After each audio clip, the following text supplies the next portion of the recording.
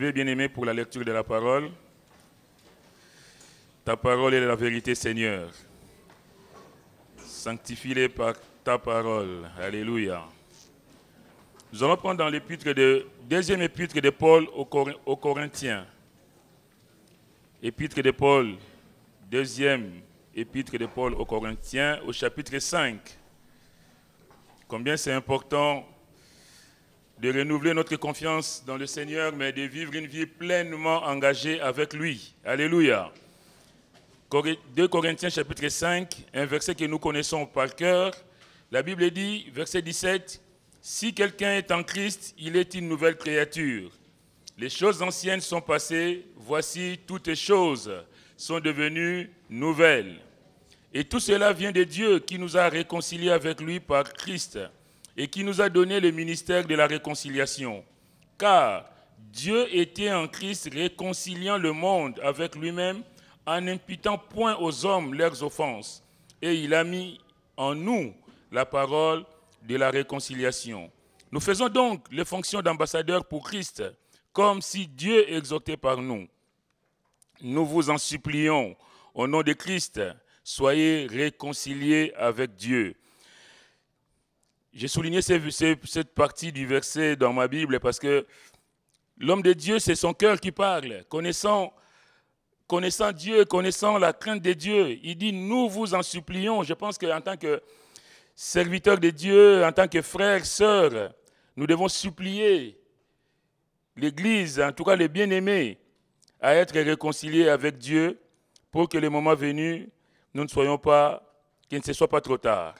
La Bible dit, verset 21, « Celui qui n'a point connu le péché, il l'a fait devenir péché pour nous, afin que nous devenions en lui justice de Dieu.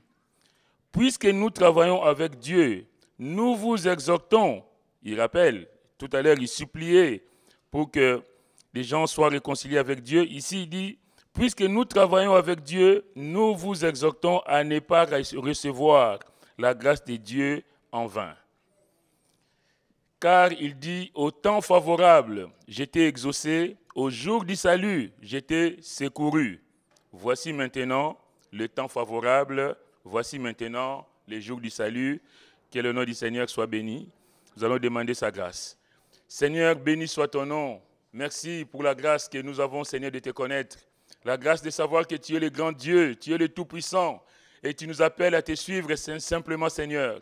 Tu nous appelles à vivre pour toi, rien que pour toi. Ce matin, Seigneur, ma prière est que tu puisses visiter ton peuple encore ce matin. Que tu puisses faire ton œuvre dans les vies, dans les cœurs. Tu connais les besoins, tu connais les doutes, les craintes, les souffrances de toutes sortes. Seigneur, mon Dieu, toi, tu les connais parce que tu es Dieu et devant toi, rien n'est caché. Seigneur, fais ton œuvre et glorifie ton nom. Merci pour mon frère, merci pour ma sœur, merci pour ton église, Seigneur, mon Dieu, que tu bénis. Louange, gloire, honneur à toi, Seigneur, parce que tu en es digne. Au nom de Jésus, Amen. Vous pouvez vous asseoir, bien-aimés.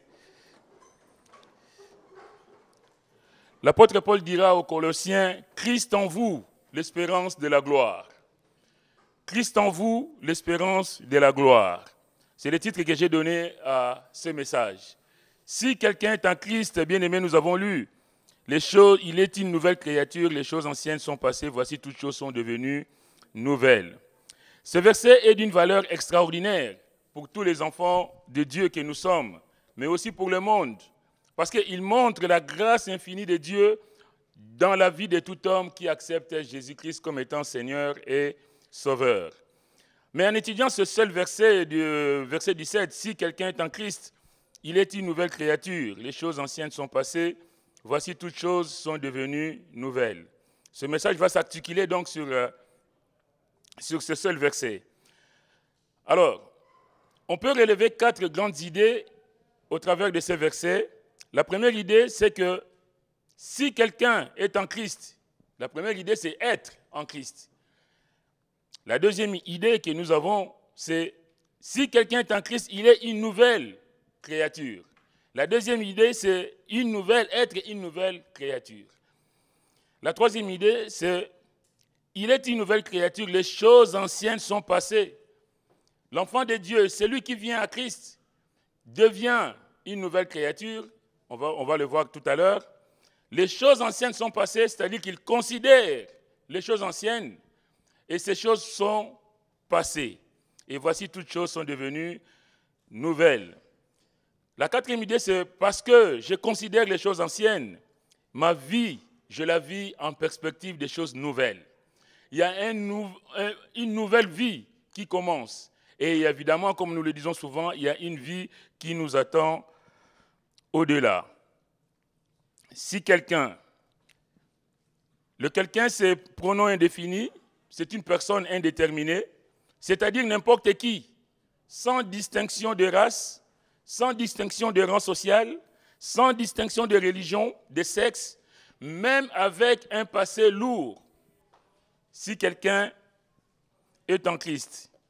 Alors, c'est quelqu'un, c'est la même chose quand nous lisons, le frère l'a dit tout à l'heure, dans Jean chapitre 3, verset 16, la Bible dit « Car Dieu a tant aimé le monde qu'il a donné son Fils unique, afin que quiconque croit en lui ne périsse point, mais qu'il ait la vie éternelle. » C'est la même chose.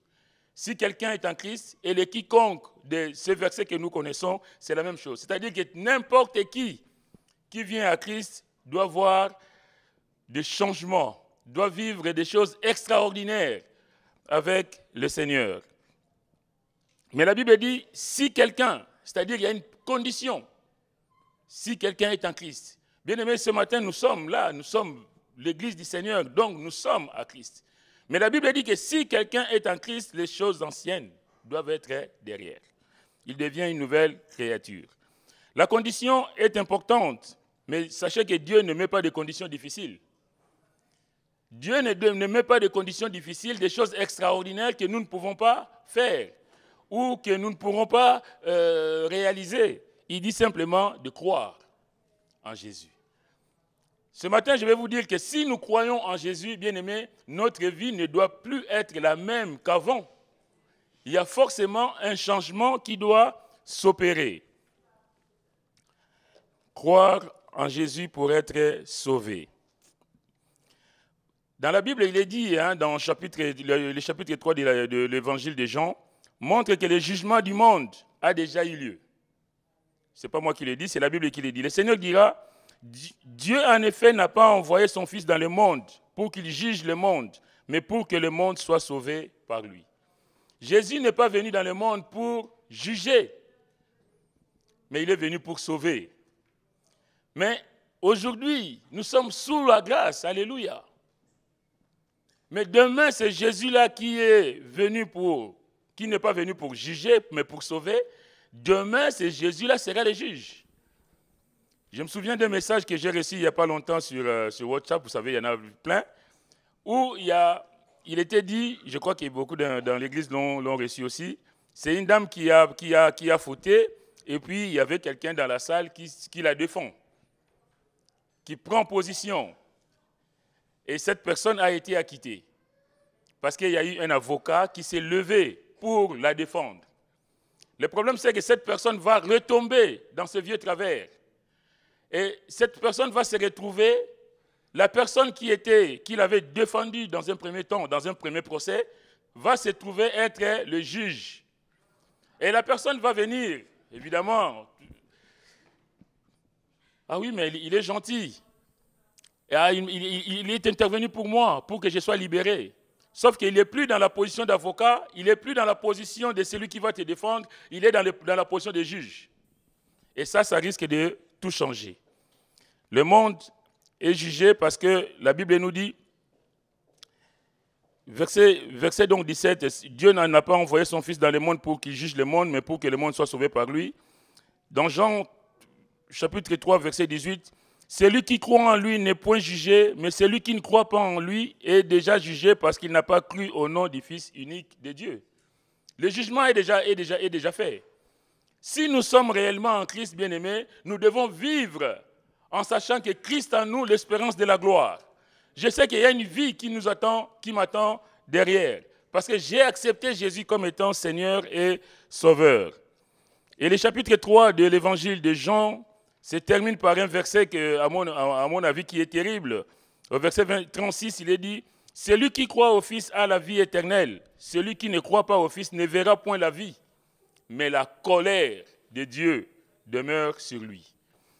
En d'autres mots, le monde est déjà jugé par le choix qu'il fait d'accepter ou non le Seigneur Jésus-Christ. Nous aussi, nous sommes déjà jugés du fait que nous acceptons Jésus, donc nous passons de la mort à la vie. Merci Seigneur. Mais comment est-ce que nous menons notre vie? C'est ça la question que vraiment le Seigneur m'a mis à cœur ce matin. Comment est-ce que nous gérons notre vie? Être en Christ, c'est une bonne chose. Alléluia, merci Seigneur. Mais est-ce que nous sommes de nouvelles créatures? Est-ce que nous considérons les choses anciennes? Est-ce que nous vivons en nouveauté de vie?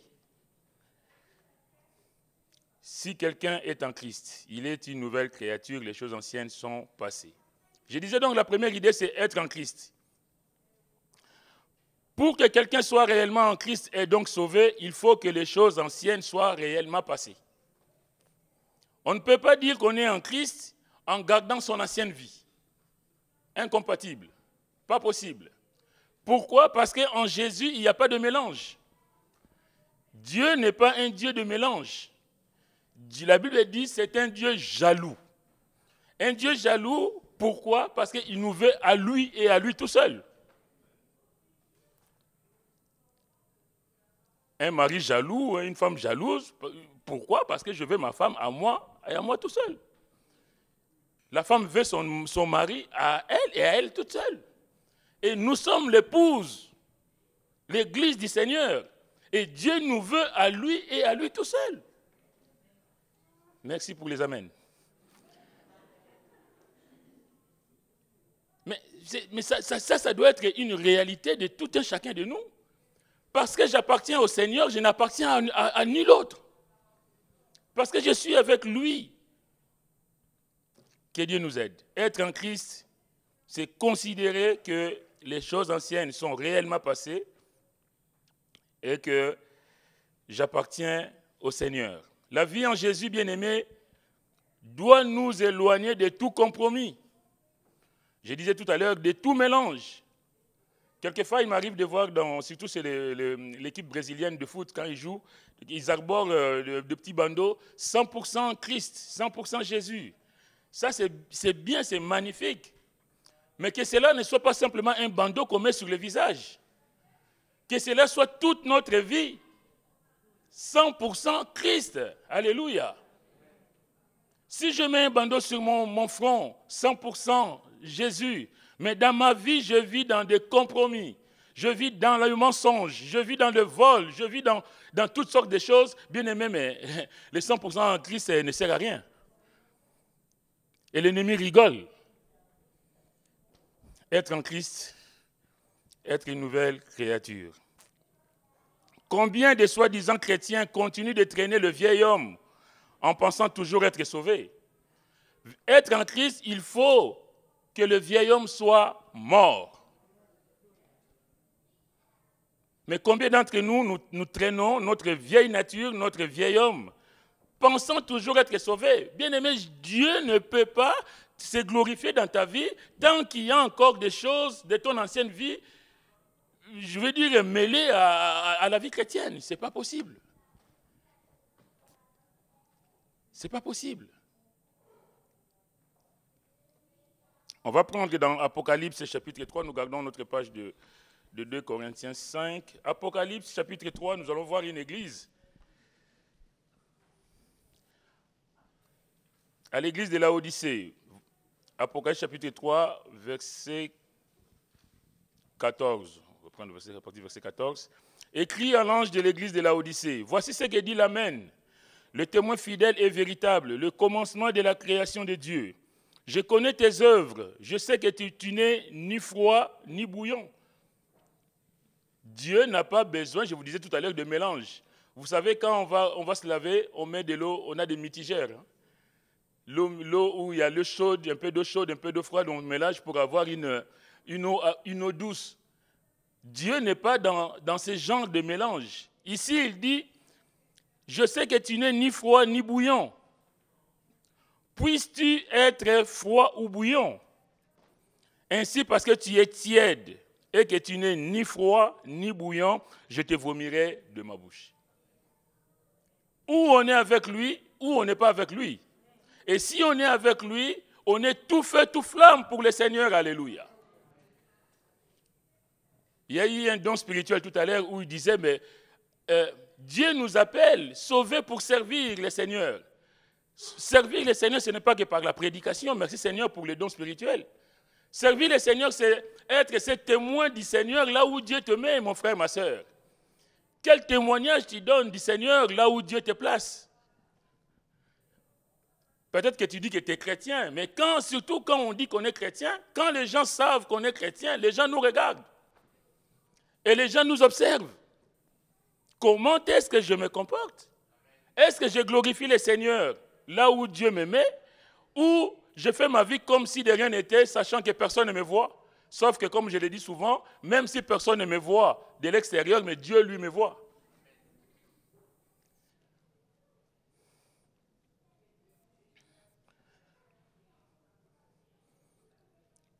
Parce que tu es tiède et que tu n'es ni froid ni bouillant, je te vomirai de ma bouche. Ma prière ce matin, que Dieu, que personne d'entre nous ne soit vomi de la bouche du Seigneur. Que nous continuons à être bouillants pour le Seigneur. Parce que tu dis, je suis riche, je me suis enrichi, je n'ai besoin de rien. Parce que tu ne sais pas que tu es malheureux, misérable, pauvre, aveugle et nu. Je te conseille d'acheter de moi de l'or éprouvé par le feu, afin que tu deviennes riche et des vêtements blancs, afin que tu sois vêtu et que la honte de ta nudité ne paraisse pas, et un collier pour oindre tes yeux, afin que tu vois. Moi, je reprends et je châtie tout ce que j'aime. Aie donc du zèle et répands-toi. Combien, mes frères, mes sœurs, nous sommes dans l'église du Seigneur, mais nous sommes tièdes. Et nous n'avons aucun zèle pour le Seigneur. Le zèle du Seigneur, vous savez, c'est chanter les louanges de Dieu, c'est glorifier le Seigneur, là où Dieu te place. Il y a quelques jours, j'étais au travail, je chantais, ça m'est venu comme ça, je chantais. Et mes collègues me disent, ah Jean, il est heureux, il chante. Mais ça, c'est tout le temps. Tout le temps. Le Seigneur, là où le Seigneur t'aimait, mon frère, ma soeur, de glorifier le Seigneur, ce n'est pas seulement à l'église. Même dans la rue, tu marches comme ça. Alléluia, Seigneur, merci. Je me réveille le matin, Seigneur, merci. Avoir du zèle. Et aussi se repentir. Quand on sait qu'on n'est pas en règle avec Dieu, on ne fait pas semblant. Quand on sait qu'on a perdu cet amour avec le Seigneur, on a perdu cette intimité avec le Seigneur, il y a quelque chose qui ne va pas. On doit le savoir. Il n'y a que nous qui savons ce que nous sommes. Si j'ai péché ce matin, il n'y a que moi qui le sais. Et Dieu, évidemment. Donc je sais que ma vie n'est pas conforme à la volonté de Dieu. Et je viens à l'église, je prends la Sainte Seine comme si de rien n'était. Et puis, alléluia, amen, alléluia, ouh. Que Dieu nous aide. La Bible dit, verset 20, toujours de l'Apocalypse chapitre 3, « Voici, je me tiens à la porte et je frappe. Si quelqu'un entend ma voix et ouvre la porte, j'entrerai chez lui, je souperai avec lui et lui avec moi. » Ici, le Seigneur est à la porte, donc il n'est pas à l'intérieur. Il est à la porte de ses cœurs, il est à la porte de ton cœur, de mon cœur. Dieu frappe. Je me tiens à la porte et je frappe. Lui qui aurait dû être à l'intérieur, il est dehors, mais il frappe et il attend qu'on lui ouvre. Combien d'entre nous entendons le message? Combien d'entre nous, Dieu nous interpelle, mais nous faisons comme si nous n'avons rien entendu? Sanctifie-les par ta vérité, ta parole est la vérité. Donc, première idée, je disais donc être en Christ. Si on est en Christ, donc pas de compromis, pas de mélange.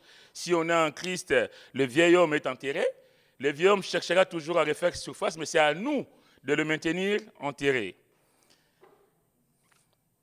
Si quelqu'un est en Christ, il est une nouvelle créature. Donc la deuxième idée, je vous disais, donc, c'est être une nouvelle créature. Être une nouvelle créature, ça veut dire être régénéré. C'est la recréation. C'est la transformation de l'être humain par le Saint-Esprit. Est-ce que nous nous laissons transformer? Ou nous acceptons le Seigneur, mais nous voulons conserver notre vieille nature? On va prendre dans Éphésiens chapitre 4.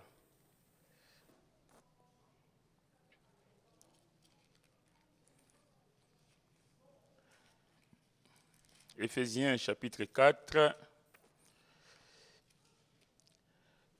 verset 17, Paul dit, « Voici donc ce que je dis et ce que je déclare dans le Seigneur, c'est que vous ne devez plus marcher comme les païens. Vous ne devez plus marcher comme les païens.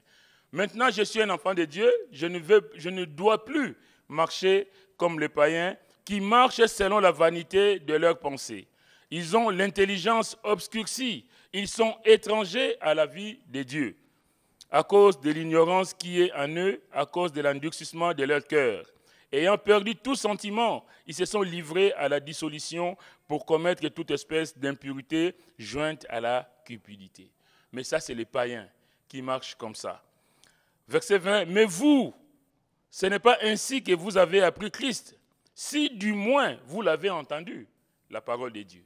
Si du moins nous avons entendu la parole de Dieu, si du moins nous avons compris le message du Seigneur, et si conformément à la vérité qui est en Jésus, c'est en lui que vous avez été instruits. » La question, c'est de savoir, est-ce que nous sommes réellement instruits en Jésus?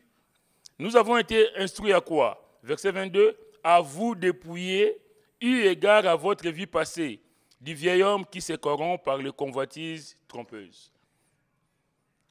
À être renouvelé dans l'esprit de votre intelligence et à revêtir l'homme nouveau créé selon Dieu dans une justice et une sainteté qui produit la vérité. » Si on est en Christ, bien-aimé, on doit se dépouiller de sa vieille nature. Se dépouiller de sa vieille... Vous savez pourquoi? Parce qu'on ne peut pas revêtir Christ par-dessus notre vieux habit. Ce n'est pas possible. Enfin, c'est possible, mais ça ne marche pas. Si on remet Christ, on a cette veste-là et je mets une deuxième veste par-dessus, il y a quelque chose qui ne va pas. La Bible nous appelle à nous dépouiller, eu égard à notre vie passée, du vieil homme qui se corrompt. Il y a le vieil homme qui est là, mais pour que nous marchions en accord, en harmonie avec le Seigneur, j'ai besoin de me dépouiller de ma vieille nature, du vieil homme. Ce n'est qu'en étant dépouillé que je ne peux revêtir l'homme nouveau. Je ne peux revêtir Christ que si je suis dépouillé de mes vieux habits. Je ne sais pas si je me fais comprendre. Jésus, ce n'est pas un manteau qu'on met par-dessus sa veste. Parce qu'il nous veut vraiment dépouiller et après, on revêt le manteau du Seigneur. Alors, si on est dépouillé, si on a revêtu Christ, l'apôtre Paul continue, c'est pourquoi, toujours Éphésiens 4, verset 25, c'est pourquoi renoncer au mensonge. On ne peut pas revêtir Christ et continuer dans le mensonge. Là, on va de fil en aiguille. Hein. Là, c'est la pensée qui continue. Si du moins vous l'avez reçu, si du moins vous êtes dépouillé de votre vieille nature, si du moins vous l'avez accepté comme Seigneur et Sauveur, bien-aimé, c'est pourquoi renoncer au mensonge et que chacun de vous parle selon la vérité à son prochain. Vendredi, on a encore entendu à l'église le frère Miguel qui a parlé de la vérité. L'enfant de Dieu ne peut pas vivre dans le mensonge. Il y a des gens qui vivent dans les mensonges permanents et qui disent qu'ils sont quand même sauvés. La Bible dit qu'aucun menteur n'héritera du royaume des cieux. Si je mentais avant, maintenant je m'efforce, Seigneur, par ta grâce. Peut-être par ma vieille nature, j'ai du mal, mais par ta grâce, Seigneur, à ne plus à dire la vérité. Et la vérité, ça coûte. Hein? Le frère Miguel nous rappelait encore vendredi dernier que de dire la vérité, de reconnaître ses torts, ça coûte. Mais, Seigneur, qu'est-ce que toi tu me demandes? C'est pourquoi renoncer au mensonge et que chacun de vous parle selon la vérité à son prochain, car nous sommes membres les uns des autres. Si vous vous mettez en colère, ne péchez point. Que le soleil ne se couche pas sur votre colère. Là, on est dans les conséquences, on va dire, immédiates de la personne qui a renoncé à sa vieille nature et qui a accepté de suivre le Seigneur. La colère, ça peut arriver de se mettre en colère. Mais la Bible dit, si vous vous mettez en colère, ne péchez point, que le soleil ne se couche pas sur votre colère. Combien d'entre nous nous fâchons à la maison contre ma femme ou contre mon mari ou même contre les enfants. Et puis on gère la colère. Ça fait 2 jours, 3 jours. On ne se regarde même pas, on ne se parle pas. 1 semaine et même 1 mois. Vous dormez dans le même lit, vous vivez dans la même maison, mais personne ne calcule l'autre. Enfant de Dieu. Extraordinaire. Et oui, bien aimé, on peut en rigoler, mais moi quand je l'ai dit, mon cœur en souffre. Ça ne peut pas se faire. Quand on a connu le Seigneur, il y a des choses, même si j'estime, parce qu'on n'a peut-être pas raison, mais on estime avoir raison, même si j'estime que c'est l'autre qui est fautif, la Bible me dit que si vous vous mettez en colère, que votre colère, que le soleil ne se couche point sur notre colère. Donc, j'essaie de régler cette affaire-là. J'essaie de régler cette situation. Même en étant dans tout mon droit. Enfin, je vais dire, non, mais c'est elle qui m'a mal parlé. Mais là, je vais être en règle avec Dieu. Je ne veux pas venir prêcher la parole le matin ou même chanter les louanges du Seigneur en ayant un fardeau sur le cœur. En sachant qu'à la maison, ça ne va pas du tout. Que je suis fâché contre ma femme.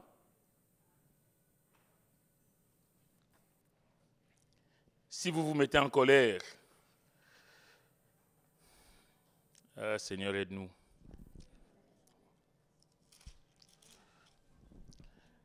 Si vous vous mettez en colère, ne péchez point, que le soleil ne se couche point sur votre colère. Ne donnez pas accès au diable. Le diable n'attend que ça. Hein. Vous savez, comment est-ce que tu veux louer le Seigneur? Je veux dire, avec joie, vraiment de tout ton cœur, si tu sais que dans ta vie personnelle, il y a encore des choses qui ne vont pas. Tu ne peux pas. Et Dieu, la Bible dit que notre louange soit comme un parfum de bonne odeur pour le Seigneur. Quand je loue le Seigneur, le cœur de Dieu se réjouit. Mais le cœur de Dieu ne va pas se réjouir du seul fait que je chante. Je chante peut-être les louanges du Seigneur, mais dans mon cœur, qu'est-ce qu'il y a dans mon cœur? Est-ce que j'ai pardonné? Parce que le diable, lui, il regarde. La Bible dit ne donnez pas accès au diable. Il dit, ben oui, mais tu es en train de chanter là, mais tu as insulté ta femme hier.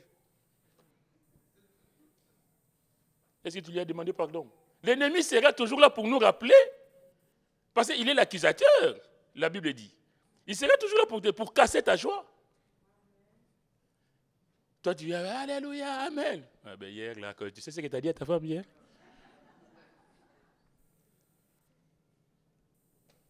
Que Dieu nous aide. Mais on continue. Ne donnez pas accès au diable. Que celui qui dérobait ne dérobe plus. Malheureusement, dans la maison du Seigneur, il y a aussi des voleurs. Je ne parle pas d'ici. Hein. Dieu merci. Mais j'ai connu des endroits, je l'ai déjà dit d'ailleurs ici, où des chrétiens, entre guillemets, parce que ça pour moi, ce n'est pas des chrétiens, qui allaient faire des magasins et ramener des choses à l'église. Et le pasteur acceptait. Et les jours où le pasteur prêche sur le vol, sur tout ça, les gens, ces gens-là vont dire, ben, il n'a qu'à nous rendre les instruments qu'on a achetés avec notre argent de vol. Comment voulez-vous que Dieu soit honoré dans de telles conditions? On a beau jouer la guitare, là, acheter avec l'argent volé. Le diable va dire, oh, ben oui, vous chantez les louanges de Dieu, mais la guitare, vous l'avez achetée comment? Bien aimé, combien nous ne devons pas donner accès au diable? Combien nous ne devons pas donner le bâton pour se faire battre? Quand je viens au Seigneur, si j'ai dérobé, la Bible dit que celui qui dérobait ne dérobe plus, mais plutôt qu'il travaille en faisant de ses mains ce qui est bien pour avoir de quoi donner à celui qui est dans le besoin.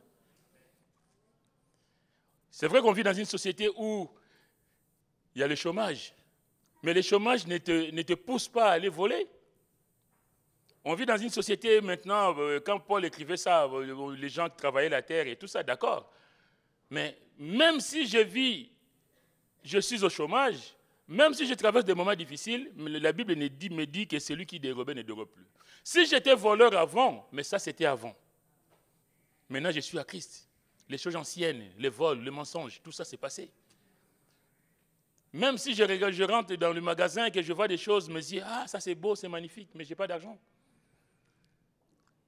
Avant tu étais tenté de le prendre, mais là tu es dans une nouvelle vie. Les choses anciennes sont passées. Que Dieu nous aide. En tout cas, vous pouvez continuer la lecture. Vous allez voir qu'il ne sort de votre bouche aucune parole mauvaise, mais s'il y a lieu, quelques bonnes paroles qui servent à l'édification et communiquent une grâce à ceux qui l'entendent. N'attristez pas le Saint-Esprit de Dieu par lesquels vous avez été scellés pour les jours de la rédemption. Que toute amertume, toute animosité, toute colère, toute clameur, toute calomnie et toute espèce de méchanceté disparaissent du milieu de vous. Soyez bons les uns envers les autres, compatissants, vous pardonnant réciproquement comme Dieu vous a pardonné en Christ. Ça, c'est la nouvelle vie. Je volais avant, mais Dieu m'a fait grâce, je ne vole plus. J'ai triché avant, Dieu m'a fait grâce, je ne triche plus. Être une nouvelle créature, laissez le Seigneur nous régénérer. Le Seigneur dira à Nicodème, docteur de la loi, dans Jean 3, verset 3, « En vérité, je te l'ai dit, si un homme n'est né de nouveau, il ne peut voir le royaume de Dieu. » En d'autres mots, s'il n'y a pas ça dans notre vie, s'il n'y a pas ces changements dans notre vie, on risque de passer à côté du royaume de Dieu. Pourquoi le Seigneur dit ça? Parce que la nature humaine, parce que de nature, l'homme est pécheur, incapable d'obéir et de plaire à Dieu. Moi qui vous parle, moi aussi, j'ai mes faiblesses. Parce que de nature, nous sommes tous incapables d'obéir et de plaire à Dieu. C'est ce que reconnaît David dans le psaume 51. Vous savez, David, quand il a commis ses péchés et il a été repris, la Bible dit, au psaume 51, verset 7, « Voici, je suis né dans l'iniquité et ma mère m'a conçu dans le péché. » Il comprend que tout en étant dans le Seigneur, c'est un homme pécheur, c'est un homme perdu. Combien Dieu a besoin de voir en nous cette humilité, de reconnaître que, Seigneur, il y a encore des failles dans ma vie. Mais Seigneur, je ne veux pas que ces failles dominent sur moi. Mais Seigneur, je veux que ce soit toi qui règnes dans ma vie. Christ en moi, l'espérance de la gloire. Je ne veux pas passer à côté de cette bénédiction. Et David va s'écrier, « Oh Dieu, crée en moi un cœur pur. Renouvelle en moi un esprit bien disposé. » Crée en moi un cœur pur. Par cet événement, j'ai compris que j'étais loin de toi, du fait de mon péché, du fait que je suis né dans l'iniquité. Oh Dieu, crée en moi un cœur pur. L'apôtre Paul dira dans Romains, chapitre 8, versets 7 à 8, il dit dans le verset 7, « L'affection de la chair est inimitié contre Dieu. » C'est-à-dire que si on cède aux caprices de la chair, nous sommes ennemis de Dieu. Parce que la chair ne se soumet pas à la loi de Dieu et qu'elle ne le peut même pas. La chair est incapable de se soumettre à la loi de Dieu. La chair ne peut même pas se soumettre à la loi de Dieu. Et la Bible dit, « Or, ceux qui vivent selon la chair ne sauraient plaire à Dieu. » On ne peut pas vivre selon la chair, être ami avec la chair, céder aux caprices de la chair et croire qu'on est quand même sauvé. Ce n'est pas possible. C'est pourquoi au verset 9 de Romains 8, il est dit, « Si quelqu'un n'a pas l'esprit de Christ, il ne lui appartient pas. » Quand Jésus viendra chercher l'Église, il viendra chercher ceux qui sont à lui, ceux qui lui appartiennent. Or, si toi, tu es là en train d'attrister le Saint-Esprit, parce qu'à force d'attrister le Saint-Esprit, il s'en va. Quand on est en train de commettre un acte délictueux, on est en train de tricher, de faire quelque chose qui n'est pas pour la gloire de Dieu, Dieu nous reprend. Le Saint-Esprit qui est en nous nous reprend. Mais si le Saint-Esprit en toi, mon frère, ma soeur, ne te reprend plus et que tu fonces tête baissée sur tes caprices, sur tes envies, sache qu'il y a un problème. En d'autres mots, tu es déconnecté du Seigneur. Parce que c'est le Saint-Esprit qui fait la connexion entre nous et le Seigneur. C'est cette voix qui va te dire non, ce que tu es en train de faire, ce n'est pas pour la gloire de Dieu. Ah Jean, ce n'est pas à toi de faire ça. Ce n'est pas à toi de dire ça. Et même si quelque chose t'a échappé, dans ton cœur, il y a cette souffrance. Parce que le Saint-Esprit est là, qui est attristé. On l'a lu. N'attristez pas le Saint-Esprit qui est en vous. Mais si j'attriste le Saint-Esprit aujourd'hui, je fais ce que je veux. Demain, je recommence. Après, le Saint-Esprit dit, bon, ben, celui-là, c'est bon, c'est fini, quoi. On a beau faire semblant devant les hommes, le Saint-Esprit n'est plus là. Or, la Bible dit, si quelqu'un n'a pas l'Esprit de Christ en lui, il ne lui appartient pas. Nous attendons tous nous attendons l'avènement du Seigneur. On s'est dit que le jour-là, que l'Église sera enlevée, est-ce que mon frère, ma soeur, tu es sûr de faire partie du voyage? Ça, c'est la question que tout le monde doit se poser. C'est la question que tous les matins, dans chaque acte, dans chaque chose de ma vie, je dois me poser cette question. Est-ce que je suis en accord avec le Seigneur? Est-ce que ma vie est en règle avec Dieu? Si quelqu'un n'a pas l'Esprit de Christ, il ne lui appartient pas. Si Jésus revient aujourd'hui, tu étais peut-être présent à l'église, mais tu vas être spectateur ou spectatrice de l'enlèvement. La recréation demande, exige un passage de l'ancienne vie, la vie de rébellion à Dieu, à une vie d'obéissance à Dieu et à sa parole. Nous avons chanté « J'aime ta parole, Seigneur ». Elle est la vérité. Est-ce que nous aimons réellement la parole de Dieu? Est-ce que nous essayons d'appliquer cette parole dans notre vie? J'aime ta parole. Oui, elle est la vérité. Oui, c'est cette parole qui va nous juger. Parce que tu as entendu la parole de Dieu, mais qu'est-ce que tu en as fait? Ceux qui sont réellement nés de Dieu ne peuvent supporter le péché. Vous savez, nous vivons dans un monde où le péché, on voit partout. Le désordre est partout. On voit sur Facebook, il y a toutes sortes de messages. Il y a des choses, les gens essaient. Le diable n'a même plus honte. Le mal ne se cache plus. On est même en train de glorifier le mal. Mais l'enfant de Dieu, nous devons être choqués. On ne peut pas dire, ah ben c'est normal, ça fait partie de la vie. Quelque part, nous vivons des événements, nous voyons des choses et nous nous résignons à les accepter. L'enfant de Dieu doit prendre position. Moi, peu importe ce que les gens disent autour de moi, mais je m'engage. Là, on a eu les élections, on a eu l'occasion d'en parler. Mais l'enfant de Dieu prend position par rapport à la parole de Dieu. L'enfant de Dieu, ce n'est pas de dire, ben oui, mais Seigneur, mais tu sais, tout le monde faisait comme ça. Tout le monde faisait comme ça, mais toi. Tout le monde est dans les ténèbres, mais toi, tu es dans la lumière. Si et seulement si tu as accepté Jésus qui est la lumière du monde. Si et seulement si Jésus vit en toi.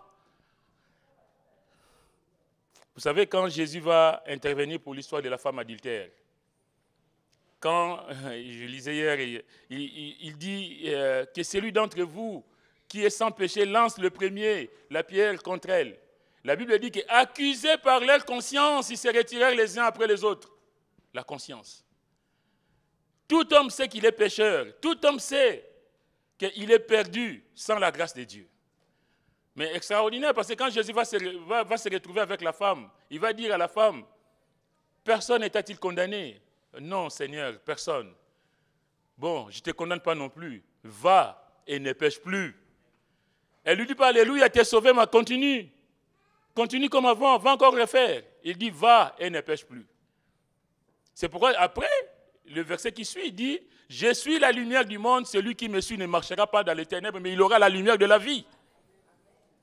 Cette femme qui a été prise en flagrant délit d'adultère, cette femme qui a été au bénéfice de la grâce de Dieu, cette femme a reçu, si et seulement si, je répète, Jésus dans sa vie, comme étant la lumière du monde, la lumière qui éclaire les ténèbres. Que Dieu nous aide d'être obéissants à la parole de Dieu, d'être soumis. Est-ce que c'est notre cas? On ne peut pas se dire que c'est normal parce que tout le monde faisait pareil. Parce que tout le monde fumait, toi tu fumes. Au travail, parce que tout le monde, je ne sais pas, fait des caprices, surtout dans les lieux de travail. Tout à l'heure, j'ai béni le Seigneur pour les dons qu'on a eus. Dans les lieux de travail, il se passe beaucoup de choses. Les gens disent des choses et autres, et puis ça jette un trouble. dans la vie des chrétiens. Mais les chrétiens, toi, tu dois être la lumière du monde, le sel de la terre, là où Dieu t'a placé. Même si sur 10 personnes qui travaillent avec toi, ils sont en train de faire des folies, mais toi, tu dois montrer que toi, tu es différent, que toi, tu n'es pas de leur. Tu es dans le monde, tu es dans ce travail, mais tu n'appartiens pas à ce groupe. J'ai travaillé je l'ai déjà dit dans un message il y a longtemps, c'est une église, église catholique à Boulogne, Sainte-Thérèse. Et tous les midis, les gens qui travaillaient avec moi descendaient dans la cave. En fait, quand on mangeait, ils n'achetaient pas le vin. Hein. Ils allaient se servir dans la cave de prêtres. Et une fois, il y a eu un marteau-piqueur qui a disparu et on me soupçonnait comme étant le voleur parce que je venais d'arriver dans cette entreprise-là. À l'époque, je travaillais dans la plomberie. Mais mon témoignage a été simple. Je leur ai dit, je suis chrétien, vous le savez, je ne vole pas, et si je travaille, même si je gagne peu, mais je fais mon travail, et quand vous allez voler le vin des prêtres dans la cave, est-ce que vous m'avez déjà vu participer à ça? Est-ce que vous m'avez déjà vu toucher une seule bouteille de ce que vous allez voler là? Parce que je ne vis pas dans des compromis, je ne vis pas dans ces choses-là.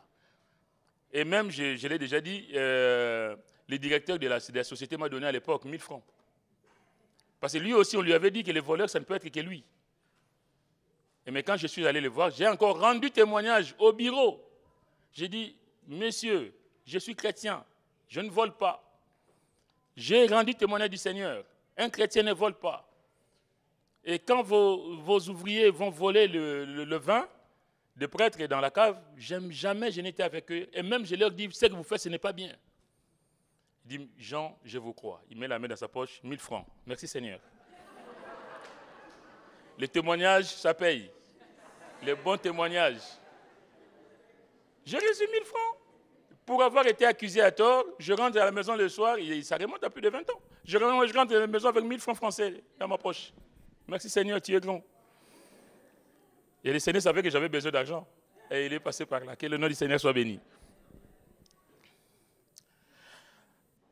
Revenons donc à notre... Il faut retenir que ceux qui vivent comme ils le désirent, malheureusement, il y a des gens qui vivent comme ils le désirent, sans tenir compte des avertissements, sans tenir compte de la parole de Dieu. Sans se soucier de Dieu ni de sa parole, quelle que soit leur façon d'être et quel que soit ce qu'ils professent, restent des enfants du diable.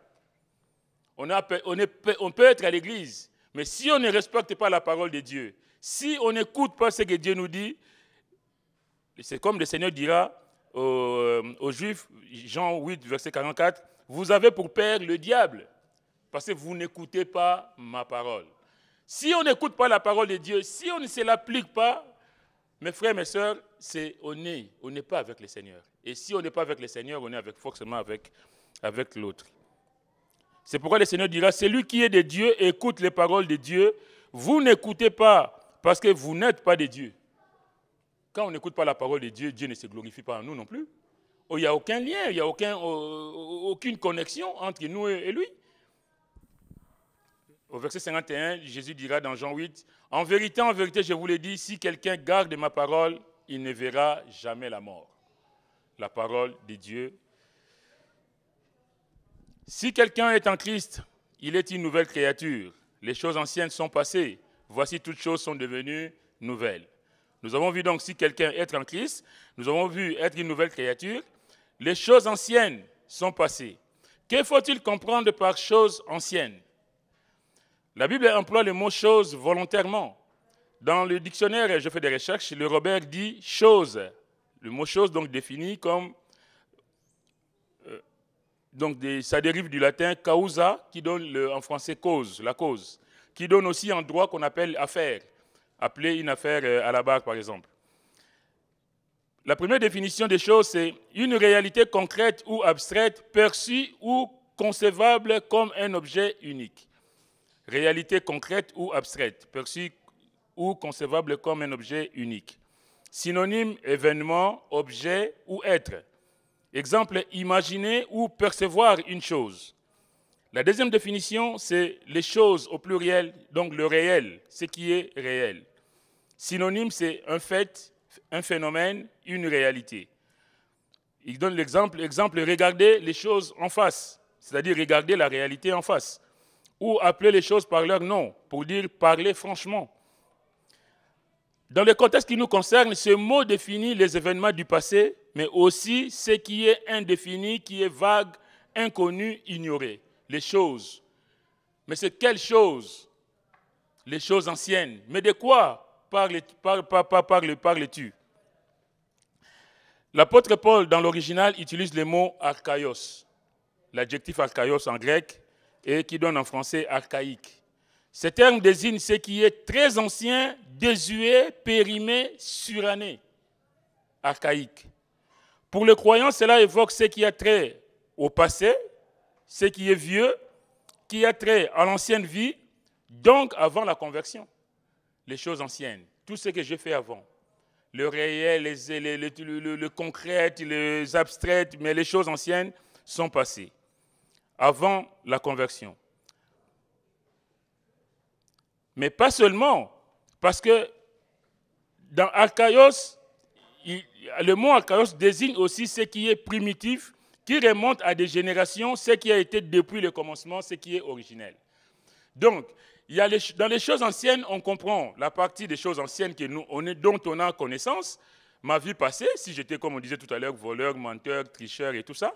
Mais il y a aussi des choses que j'ignore. Il y a aussi les choses peut-être commises par mes ascendants.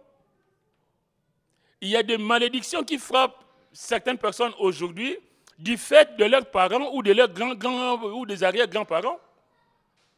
On se dit, mais pourquoi moi? Pourquoi cet acharnement sur telle famille? Mais ça, on n'est pas maître de tout ça. Mais il y a des choses que les parents, les ancêtres, je ne sais pas quoi, ont fait et dont le retentissement se retrouve encore aujourd'hui dans les vies des gens. C'est de ça que parle l'apôtre Paul. Archaïos, des choses que je ne sais pas. Peut-être mon père a commis des atrocités et que ces atrocités ont des conséquences sur ma vie. Tout cela pour dire que personne ne vient au Seigneur sans avoir derrière lui un passé lourd, un poids personnel et même familial. Il y a des gens, même dans la Bible, on voit par exemple le prophète Jérémie. Pourquoi Jérémie n'était pas écouté par les Juifs? Parce qu'il était dans ses arrière-parents, il était de la famille qui était exclue du sacerdoce. Donc on se dit, Jérémie, non, on ne va pas l'écouter. Mais sauf que Dieu fait grâce. Il y a un temps pour tout. Il y a un temps pour tout.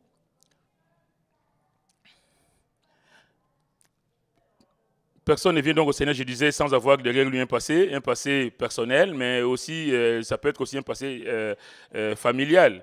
On parle en français de l'hérédité lourde, une hérédité chargée. C'est-à-dire une hérédité avec des tares, on peut avoir des tares physiques ou même mentales du fait que les parents ou les grands-parents avaient fait des choses. Le passé, mes frères, mes sœurs, peut être un passé plutôt de souffrances, de fautes, d'erreurs, de mauvais choix, de tragédies, de mensonges, d'occultisme, de sorcellerie, spiritisme et autres. Mais ça, c'était avant. Ce passé-là, nous devons considérer que ça, c'était avant. Et quand l'apôtre Paul dit que, par le mot archaïos, comme je vous dis tout à l'heure, que c'est ce qui est ancien, oublié, suranné, ce qui est dépassé, c'est pour dire que, quel que soit quelqu'un qui est en Christ aujourd'hui, quel que soit même ce que ses ancêtres ont fait, mais en Christ, sa vie change. S'il y a une malédiction familiale qui te poursuit, aujourd'hui, tu peux confesser que ça, c'était avant. Cette malédiction de mon père, parce que mon père était, je ne sais pas moi, assassin, voleur dans son village, et puis les gens ont prié contre elle, ou bien les gens lui ont lancé des sorts. Oui, mais ça, c'était sur mon père. Ça n'a aucun effet sur moi au nom de Jésus. Alléluia. Les choses anciennes, quelquefois nous nous arrêtons simplement sur le fait que les choses anciennes de ce que j'ai fait. Non, les choses anciennes, même des choses que j'ignore.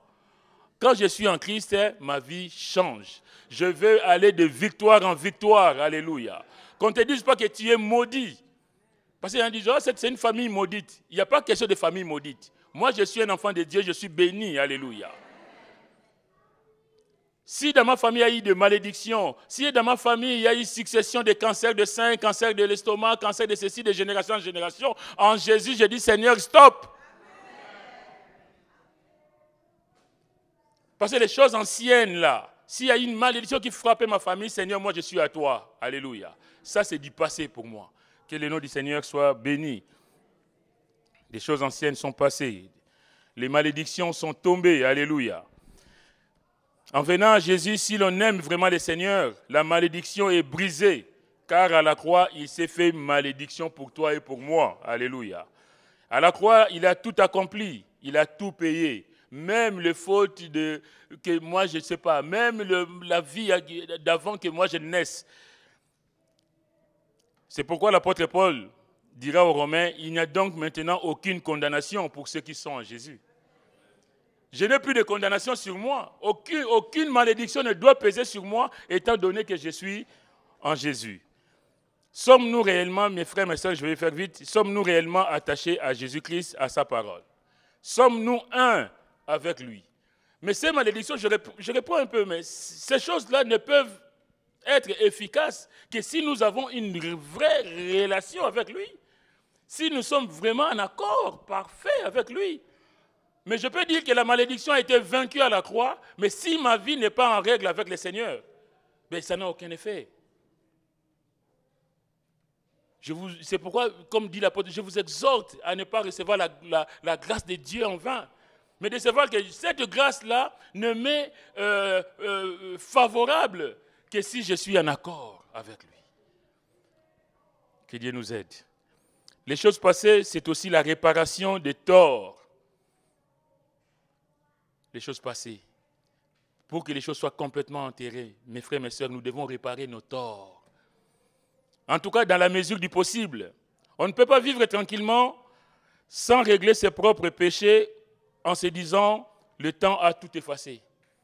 Tu as fait du tort. Je reprends encore, j'aime beaucoup la vie familiale. Tu as insulté ton mari ou ta femme, je ne sais pas, ça ne doit pas se faire, hein, mais je dis simplement. Tu as dit des choses blessantes. Est-ce que tu as eu le temps de lui demander pardon? Est-ce que tu as été la voir ou le voir pour dire pardonne-moi pour ce que j'ai fait? Quelquefois, on demande pardon à Dieu. Parce que Dieu, on ne le voit pas, c'est tranquille. Seigneur, pardonne-moi pour ce que j'ai dit à mon mari. Mais le mari, il a toujours cette souffrance dans son cœur. Seigneur, pardonne-moi pour ce que j'ai dit à ma femme. Mais la femme, elle a toujours cette douleur de ce que tu lui as dit. Est-ce que tu es allé la voir pour lui dire, chérie, je crois que là, ce que je t'ai dit, excuse-moi. Ma langue a été un peu trop rapide là, vraiment, je suis désolé. On ne veut pas. On va jouer à l'homme, ou même maintenant, la femme aussi. Hein. On va jouer au dur. Ah non, ce n'est pas à moi de lui demander pardon. Il n'avait qu'à ne pas me dire ça. Ou il n'avait qu'à ne pas faire ceci ou cela. Mais autant que cela dépend de nous. Si on veut être en accord avec Dieu, n'hésitez pas de demander pardon. N'hésitez pas de réparer les torts. On ne va pas dire, ouais, il va oublier. Dans 2 jours, dans 3 jours, je vais lui faire un bon repas. Il va oublier ce que je lui dis. Ce que je lui ai dit. Vous savez, Zachée, on va prendre rapidement et je vais m'arrêter là. Zachée dans Luc chapitre 19.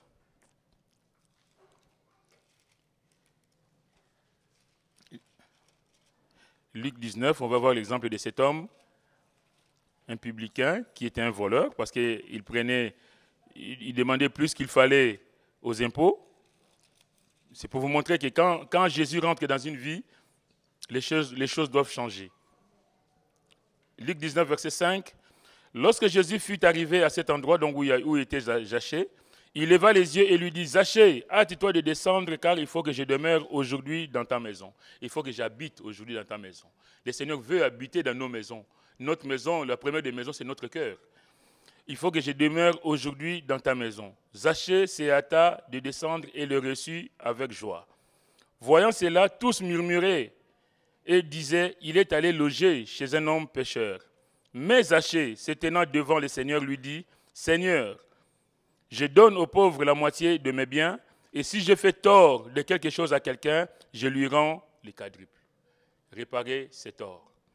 cet homme va reconnaître qu'il ne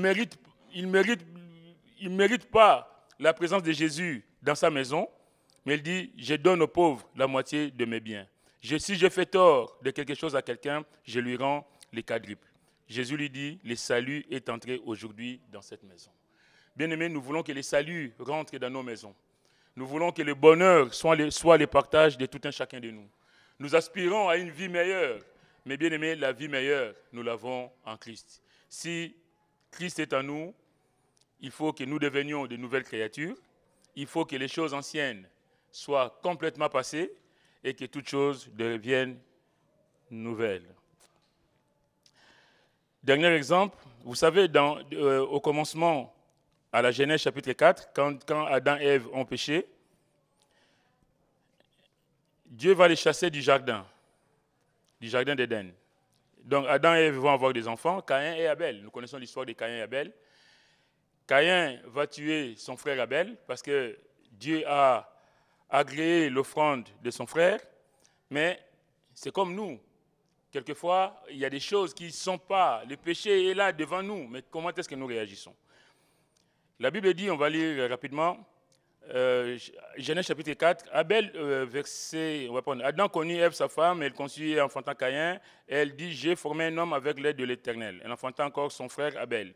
Abel fut berger et Caïn fut laboureur. Au bout de quelque temps, Caïn fit à l'Éternel une offrande de fruits de la terre, et Abel, de son côté, en fit une des premiers-nés de son troupeau et de leur graisse. L'Éternel porta un regard favorable sur Abel et sur son offrande, mais il ne porta pas un regard favorable sur Caïn et sur son offrande.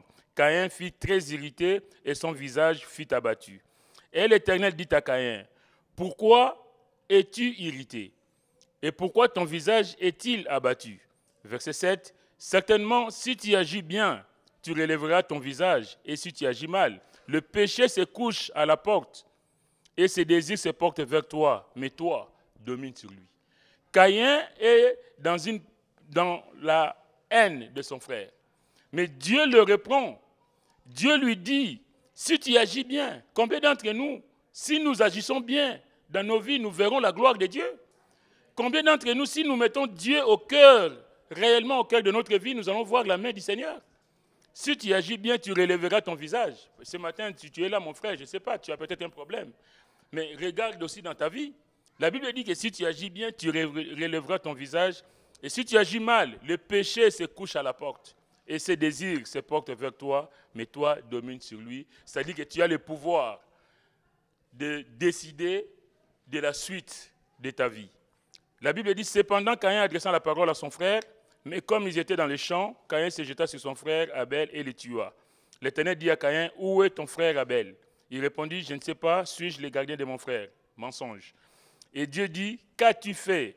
La voix du sang de ton frère crie de la terre jusqu'à moi.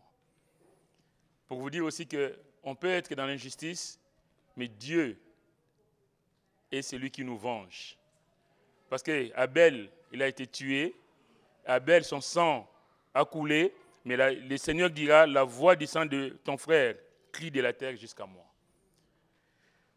Dieu n'oublie pas ceux qui souffrent et Dieu prend position. Mais en tout cas, si ce matin tu es là, on va fermer nos yeux, on va courber nos fronts.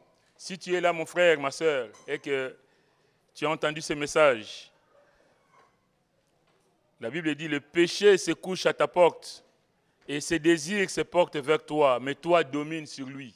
Peut-être que tu es tellement pris dans un engrenage. Peut-être que le péché t'entoure. Mais la Bible t'appelle ce matin à être, comme on a dit, une nouvelle créature en Christ. Et de prendre position par rapport à notre vie. Je ne laisse pas accès au diable. Je ne donne pas accès au péché, même s'il est devant ma porte et que ses désirs se portent vers moi. Mais le Seigneur dit, par ma force, toi domine sur lui. Mais toi, par tes propres capacités, tu ne pourras peut-être pas, tu ne pourras sûrement pas, mais appelle Jésus. Appelle l'Esprit de Dieu en toi ce matin pour qu'il vienne à ton secours. En tout cas, nous avons nos yeux fermés, nos visages courbés. Si ce matin, mon frère, ma soeur, tu as entendu ce message et que tu sais que dans ta vie, il y a encore des choses qui ne sont pas pour la gloire du Seigneur, que tu t'es donné au Seigneur, mais ta vie n'est vraiment pas en règle avec le Seigneur, je t'invite simplement à lever la main, je la verrai et nous prierons ensemble. Si tel est ton cas, tu sais qu'il y a encore des choses à régler dans ta vie. Il suffit de lever la main, je la verrai, oui. Oui, oui. Si tel est ton cas, élève la main. Oui, tu peux baisser. Il y a beaucoup de mains levées. Merci Seigneur, merci pour votre humilité de reconnaître qu'il y a encore des choses à régler. Si ce matin tu es là, peut-être que tu ne connais pas Jésus, tu ne l'as pas accepté comme Seigneur et Sauveur. Si tel est ton cas, il y a juste à élever la main, je la verrai et je prierai pour toi pour que Jésus soit ton Seigneur et Sauveur. Si aussi, mon frère, ma soeur, tu es là ce matin et que tu as des projets pour lesquels tu aimerais voir le Seigneur intervenir, lève simplement la main, je la verrai et nous prierons ensemble. Amen, amen, amen. Il y a beaucoup. Tu es malade, tu as besoin de l'intervention de Dieu, tu veux voir la main de Dieu dans ta vie. Il est tout puissant pour agir.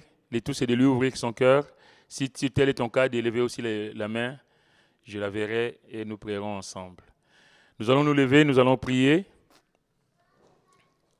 Que le Seigneur nous aide à mettre notre vie en règle avec lui. Que le Seigneur lui-même nous donne la victoire sur nos ennemis. Que le Seigneur lui-même intervienne dans notre santé. Que le Seigneur lui-même intervienne dans nos projets. Nous allons prier. Seigneur éternel, notre Dieu et notre Père, nous voici devant toi. Éternel, tu es celui qui voit tout, tu es celui qui connaît tout. Ce matin, Seigneur, tu as vu, Seigneur, tes enfants, Seigneur, qui ont besoin de toi. Tous ceux qui, Seigneur, ont élevé leurs mains, Seigneur, mon Dieu, vers toi, s'attendant à toi, Seigneur, dans leurs besoins respectifs. Seigneur, tu es le Dieu qui sonde les cœurs et les reins. Tu es celui qui connaît toutes choses. Ma prière est que tu puisses, Seigneur, les visiter individuellement. Que tu puisses faire ton œuvre dans chacune de leurs vies. Seigneur, que tu sois béni et glorifié, Seigneur, notre Dieu, et que nous puissions avoir des témoignages, Seigneur, venant, Seigneur, de ton intervention.